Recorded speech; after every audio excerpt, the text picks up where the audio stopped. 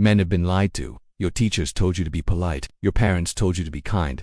Your friends told you women want a good man. And yet, here you are, ignored, overlooked, invisible. Nietzsche would laugh at you. No, he would spit on your niceness. Because in his eyes, the nice guy is not a man. He is a slave. And until you kill the nice guy, inside you, you will never command respect, attraction, or power. Let's be clear. Niceness is not kindness. Kindness requires strength. Niceness is weakness wearing a fake smile.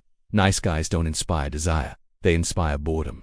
A woman's deepest instincts are not drawn to the man who always says yes. She tests for strength. She wants the man who can say no. When Nietzsche looked at human behavior, he saw a brutal truth. People desire what asserts power.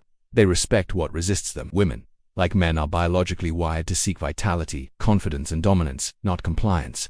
The nice guy thinks, if I treat her well, she will love me. Nietzsche would call that slave morality, the mindset of the powerless who hope virtue will win them a reward. But life does not reward virtue. Life rewards willpower. Nice guys believe they can negotiate attraction with good behavior. They think being agreeable will make them stand out in a cruel world. But here's what happens instead. They become predictable. They become safe. Safe to ignore. Safe to forget. They never create the spark that demands attention. Women do not reject nice guys because they are good people. They reject them because they carry no charge. Nietzsche would say they lack the will to power, the inner force that commands life to bend in their direction. And here's the darkest part. Women often like having nice guys around. Why? Because a man without power is safe to use, safe to lean on when needed, and safe to discard when bored. Nietzsche didn't speak in gentle language. He didn't coddle men into feeling better about their failures. He told men the truth. The weak are forgotten and the meek are trampled. Your worth is not measured by your intentions. It is measured by your strength. He would say, stop trying to be good in the eyes of others. Become dangerous in the eyes of the world. And here's the paradox. When you stop trying to please women, they start noticing you. When you stop asking for permission, people start respecting you. When you live for your own will, others feel your presence before you speak. So what does this mean for you? It means you must abandon the comfort of being liked by everyone. You must be willing to offend. You must embrace confrontation when it serves your vision. You must choose strength over safety every single time. Nietzsche's philosophy isn't about becoming cruel for cruelty's sake. It's about rejecting the idea that your value comes from approval. The modern man is drowning in approval-seeking behavior, texting back instantly, apologizing for existing, waiting for the right moment to lead. These are not signs of respect. They are signs of submission. If you want to rise above the herd, you must build what Marcus Aurelius called the inner citadel, an unshakable core of self-mastery. Nietzsche would tell you, fortify your body, fortify your mind, fortify your spirit, not to please women, not to impress men, but because life belongs to those who seize it. When you walk into a room with a weight of self-discipline behind you, people feel it. They sense you are not looking for their validation. You carry your own. That is the beginning of real attraction. That is the end of the nice guy. In the next part, we will dismantle the lies society feeds you about relationships, and will rip open the psychology that drives female desire. We will take Nietzsche's most brutal lessons and forge them into weapons for the modern man. If you have the courage to hear them, you will never look at yourself or women the same way again. But first, remember this. You do not win respect by asking for it. You seize it by becoming a man the world cannot ignore. Subscribe now to the Inner Citadel, where we do not sugarcoat the truth, where men come to sharpen themselves into weapons, where weakness comes to die. In segment 1, we destroyed the nice guy myth. Now we turn to building the man who commands respect without asking for it. Nietzsche called him the Übermensch, the man who rises above the herd, who shapes his own values, who bends the world toward his will. This is the man women feel before they see. To Nietzsche, morality was a tool the weak used to control the strong. They called strength selfishness. They called dominance arrogance. They told men to be humble, obedient, nice, so they could be managed. The Übermensch rejects these chains. He does not live by borrowed values. He creates his own. For the modern man, this means one thing. Stop building your life around women's approval. Stop filtering your decisions through will she like me if I... That is a prisoner's mindset. A man's life must be directed by his mission, not by the fear of losing someone who was never his to begin with. You have been told that women fall for kindness, generosity, stability. Those traits matter, but only after one thing is established: power. Not political power, not social media followers, personal power. The raw, undeniable energy of a man who trusts himself completely. This power is displayed in decisiveness. A man who acts without waiting for consensus. Presence. A man whose body language says he is at home anywhere. Emotional control. A man who feels deeply but is ruled by reason, not impulse. Purpose. A man whose life is aimed at something greater than himself. Without these, your kindness feels hollow. With these, your kindness becomes rare and irresistible. Nice guys see tests as insults. A Nietzschean man sees tests as opportunities to prove his strength. When a woman challenges you, questions you, or provokes you, She's not always being cruel. She's verifying your ability to lead. If you crumble, she loses faith. If you stand firm with composure, not anger, she feels the weight of your presence. Nietzsche would say, a man who cannot stand opposition is already conquered. Women instinctively know this. This is why they lean away from men who fold under pressure. It's not about being mean, it's about survival. A woman's biology favors the man who can stand his ground against the world. Let's talk about the magnetic man, the one who doesn't chase, yet women move toward him. Nietzsche's philosophy builds this magnetism in 3 pillars. 1. Self-discipline over your body. Train until your frame reflects your will. Discipline over your mind. Read, study, learn. Arm yourself with ideas that make you dangerous. Discipline over your emotions. Do not let fear, jealousy, or anger make your decisions. 2.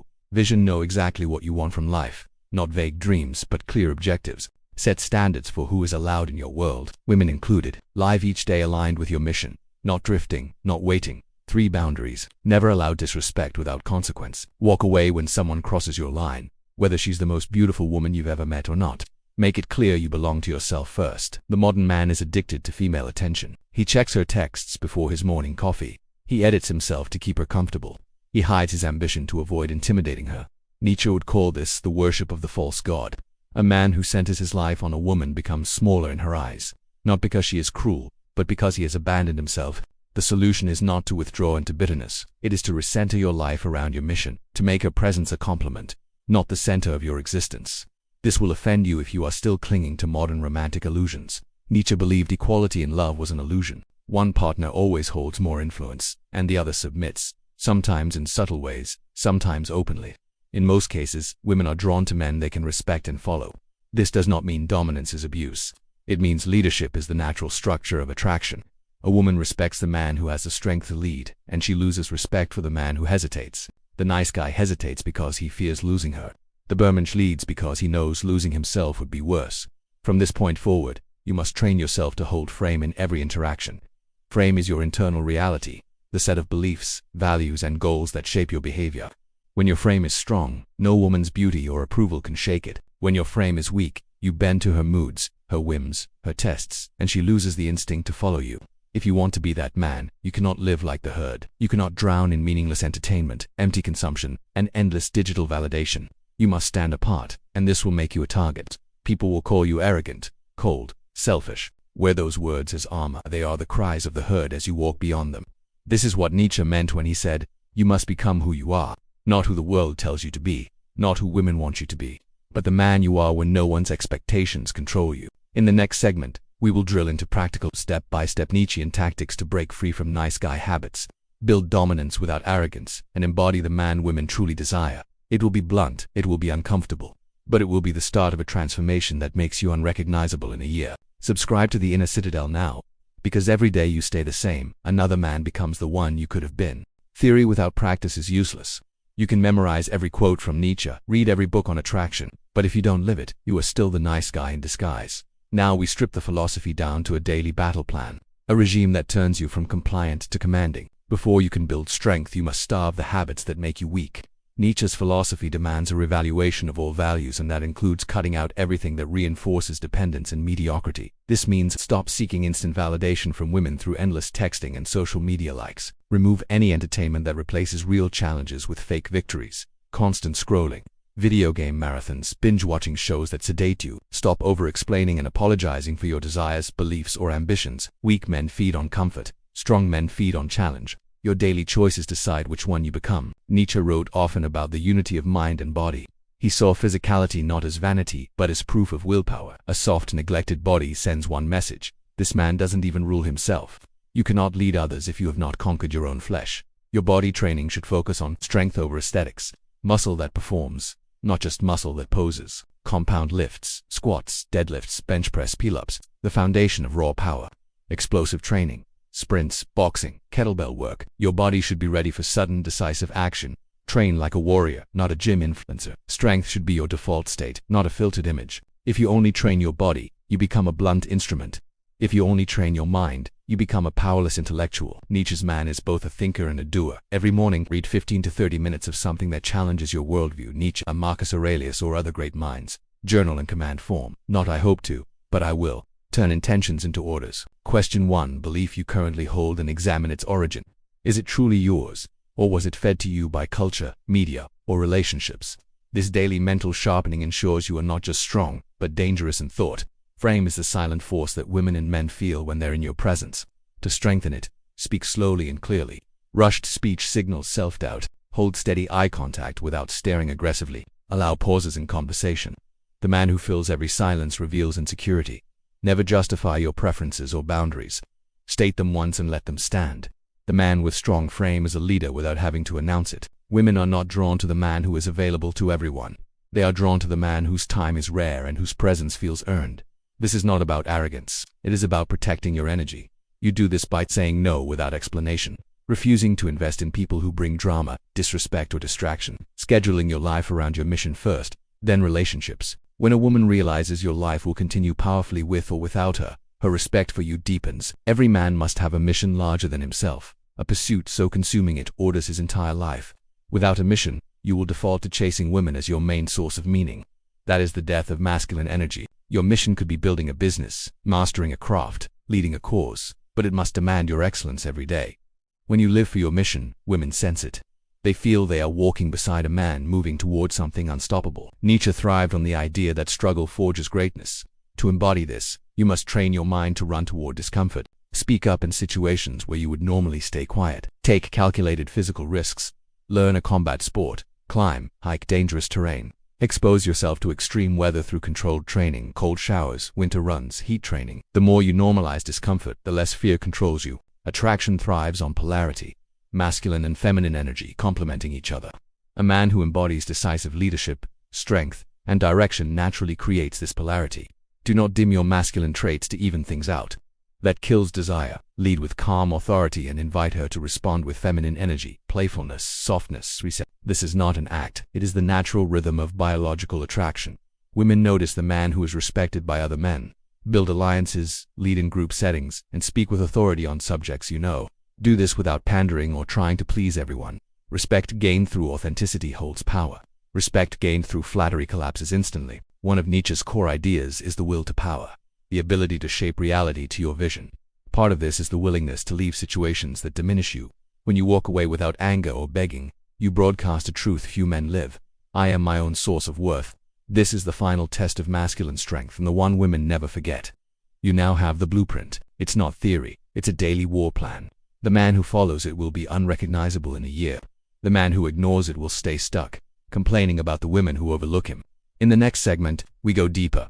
How to use Nietzsche's philosophy in real-life dating and relationships so you keep her desire burning for years, not just weeks. Subscribe to the Inner Citadel now. The future version of you is watching, wondering if you'll rise or stay as you are. Most men know how to get a woman's attention for a week. Almost none know how to keep her respect and her desire for years. Nietzsche understood something modern dating advice ignores. Attraction dies the moment you stop embodying strength, leadership, and growth. When you meet a woman, she will subconsciously test your frame. She will challenge your opinions, question your plans, and sometimes push your limits. Not because she wants to destroy you, but because she wants to feel your strength. A man who bends instantly to please her is no longer a challenge. To stay in your frame, hold your ground on matters you believe in. Don't change your plans at the last second to cater to her whims without good reason. Respond to teasing with calm humor, not defensive explanations. The moment you collapse, you become her safe friend, not her desired man. A woman's respect deepens when she sees you pursuing a mission that exists beyond her. Men who make a woman their sole purpose eventually become needy, controlling, or emotionally dependent. Nietzsche warned against letting others define your worth. This is where that warning saves relationships. Your mission remains the sun around which everything orbits. If she tries to pull you away from it entirely, you lead her back into your world. She joins your journey. You do not abandon it for hers. Mystery is not about lying or acting distant. It is about never revealing every part of yourself at once. You keep evolving. You develop new skills, explore new challenges, and bring fresh energy into the relationship. This makes her feel she can never fully have you because the man she's with today is already becoming someone even more formidable tomorrow. The fastest way to kill attraction is to turn your relationship into a roommate arrangement. You maintain polarity by staying firmly in your masculine energy. Lead the date nights. Make decisive choices. Take her into situations where she follows your lead. Travel, adventures, physical challenges. Feminine energy blooms in the presence of a strong masculine frame. When polarity stays alive, so does desire. When a woman supports your mission, respects your boundaries, and aligns with your vision, reward her with your full attention and presence. This is not sipping. This is recognizing loyalty and respect with intimacy and connection. You give more of yourself to the woman who amplifies your life, not the one who drains it. This keeps the relationship balanced in strength and reciprocity. Every relationship will face disagreements. Nice guys either avoid conflict entirely or blow up emotionally. Both destroy respect. Nietzsche's man confronts conflict with clarity. Listen without immediately reacting. State your boundary or decision clearly. Stay calm, even if she raises her voice. When you stay unshaken, she sees a man who cannot be emotionally conquered, a rare and magnetic quality. The greatest test of your strength is leaving a relationship when it no longer honors your worth. If she disrespects you consistently, undermines your mission, or tries to mold you into someone weaker, end it. Do it without begging, blaming, or theatrics. Women remember the man who walked away with dignity. They forget the one who begged for another chance. Leadership in a relationship is not domination, it is direction. You set the vision for where you're going as a couple. You create the opportunities for growth, the adventures to share, and the challenges to conquer together. A man who leads keeps the relationship alive. A man who follows waits for it to die. The moment you stop courting your woman, you open the door for boredom to creep in. This does not mean constant grand gestures. It means maintaining the same energy and leadership that attracted her in the first place. Plan experiences. Take risks together. Keep the sexual tension alive. Nietzsche would say, do not let your comfort become her cage. In the end, all attraction boils down to this. Are you the kind of man she could find anywhere, or are you rare? A rare man is strong in body, sharp in mind, anchored in mission, and unapologetic in his values. When you live this way, she knows, losing you would mean losing the most powerful force she's ever felt. That fear keeps desire alive. This is the Nietzschean approach to relationships. Strength, polarity, and mission as the pillars of lasting attraction. You do not just get a woman. You continually earn her respect by living as the kind of man she is proud to follow. In the final segment, we seal this transformation with the ultimate mindset shift, the one Nietzsche believed separated the great men from the herd.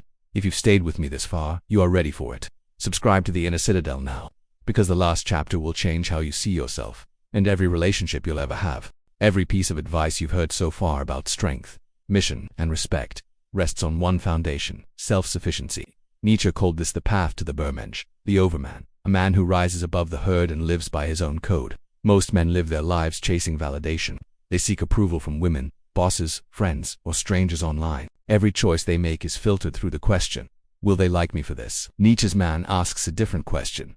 Does this align with the man I choose to be? When you stop seeking and start creating your mission, your body, your wealth, your code, you become the source of value. Others orbit you. You stop orbiting them.